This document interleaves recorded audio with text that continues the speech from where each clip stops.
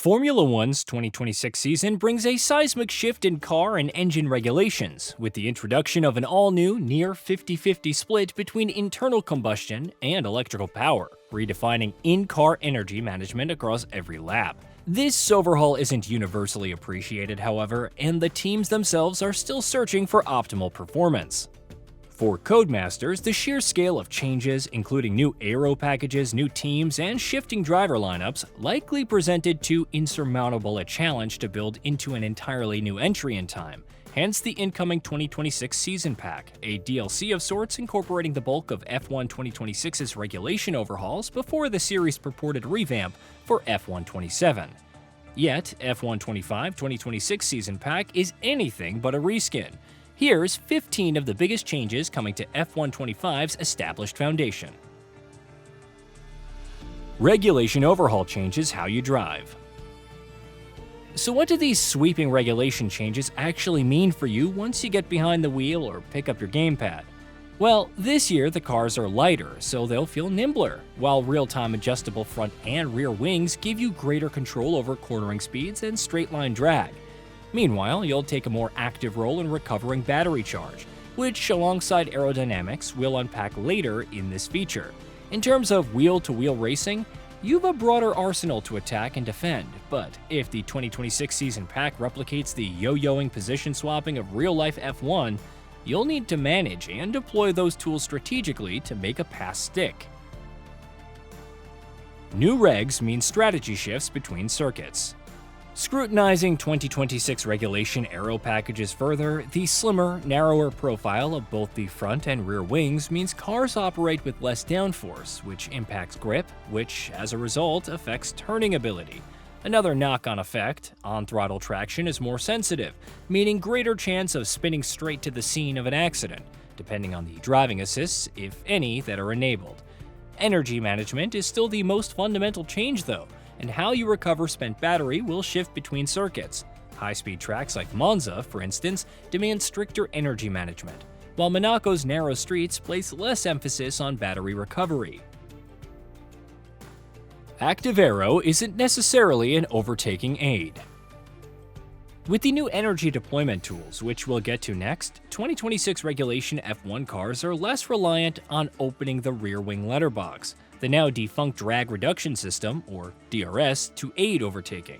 Sure, while opening both the front and rear wings provides a noticeable speed boost, the ability for each driver to adjust their aerodynamics through every lap regardless of the car ahead means that any competitive advantage gleaned by reducing drag is completely neutralized.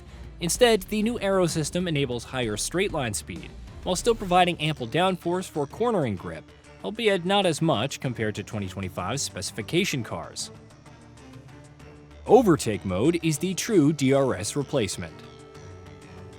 Where Aero adjustment no longer yields specific opportunities to pass the car in front, the all-new battery-dependent overtake mode is now your go-to weapon for gaining a significant speed advantage.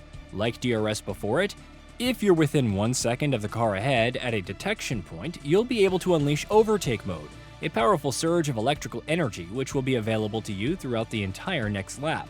It's up to you when you use it, and if you've watched any of this season's first 5 races, you'll notice some overtake mode assisted passes occurring at historically unconventional parts of the circuit. Boost mode gives an additional power surge. Like Active Aero, Boost mode is available to you at any point on the circuit, and it's a useful tool to deploy electrical energy straight to your car's drivetrain for extra acceleration. Functioning similarly to the battery-powered speed boosts on 2025 regulation cars, this year's specification is distinguished by both a more powerful jump in horsepower and a faster battery drain. In other words, where you could deploy battery power consistently across a lap in F1 25, now you'll have to think tactically on when best to drain your charge, whether you're attacking or defending. More active role in recharging battery. Whereas energy would be restored passively in F1 25, in the 2026 Season Pack, you'll need to adapt your driving styles to maximize the rate at which your battery charges. Under braking is still a crucial way to restore spent energy, but partially lifting off the throttle early before cornering is just as vital.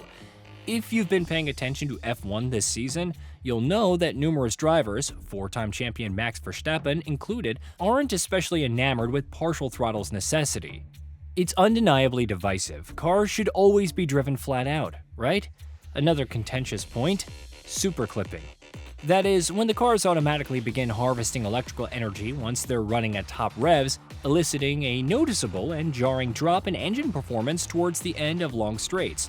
Now, EA has been relatively quiet on clipping's presence in F1 2026 season pack, but some early previews are reporting that it is indeed happening at certain points. The high-speed run-up to 130R at Suzuka, for instance.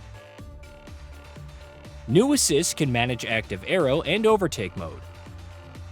If you'd rather stay focused on the racing, then F1 2026 season pack offers two new assists which can manage active Aero adjustments, energy recovery, and overtake mode for you.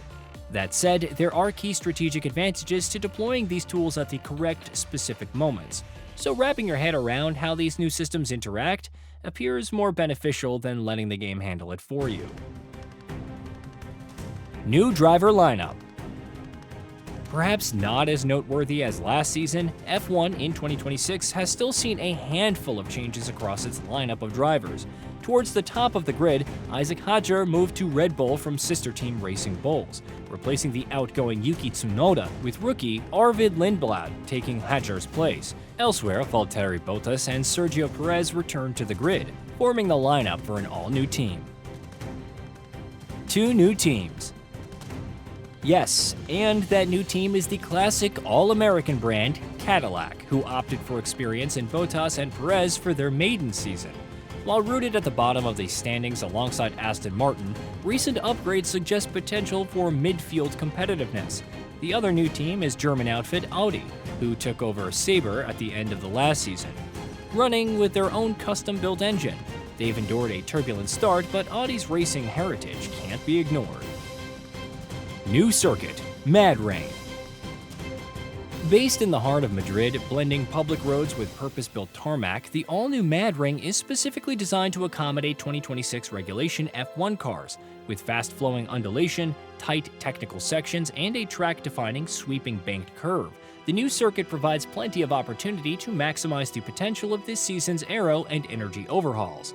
Despite still under construction, Codemasters used early CAD data to replicate the circuit's character in-game. Although it wouldn't be surprising if the track design received a tweak come F1 27, after real-life F1 cars have raced around the completed circuit. You'll need to start a new save. In driver career and my team, that is, this season's updated grid, rules calendar, and car specifications won't transfer to existing F1 25 save files. So in case it isn't clear, you can only race around the new Mad Ring circuit in 2026 regulation machinery. Also, if you're entering a new season via a custom team, you'll make up the 12th entry on the grid. Custom teams won't transfer. Likewise, any pre-made custom teams won't be transferable between F1 25 and 2026 season pack. It's clear then that these two seasons will function as two separate modes, which might explain why both the Connor Sport or APXGP teams can't be loaded into a 2026 season either. Practice programs and race objectives are adjusted. During race weekend practice sessions, the programs you'll undertake are confirmed to reflect this season's new regulations, so we imagine you'll spend some laps optimizing your energy recovery and deployment before qualifying. Likewise, in the race, the dynamic objectives which your engineer offers you will take F1 2026's changes into account. Ranked multiplayer is not supported. While the 2026 regulations are playable in time trial, custom Grand Prix, and multiplayer, ranked multiplayer is not supported. This makes sense from the view that not every F1 25 player will buy the EA 2026 season pack. Although, in that case, it might have been better for EA to implement two separate ranked multiplayer platforms. Elsewhere, F1 World, Leagues, and Challenge careers will remain at the existing specifications. Track layouts receive visual update. While F1 2026 Season Pack isn't set to introduce any track layout or design upgrades, meaning more LiDAR scan tracks are possibly waiting until F1 27, trackside signage, sponsors, pit lane length to accommodate Cadillac as the 11th team, plus a handful of other visual changes are being brought across with the upcoming DLC. Hey, did you know that we at GamingBolt upload new videos every day? Stick around, drop a like, subscribe, and hit that bell. And let us know what kind of content you'd like to see in the future with a comment below.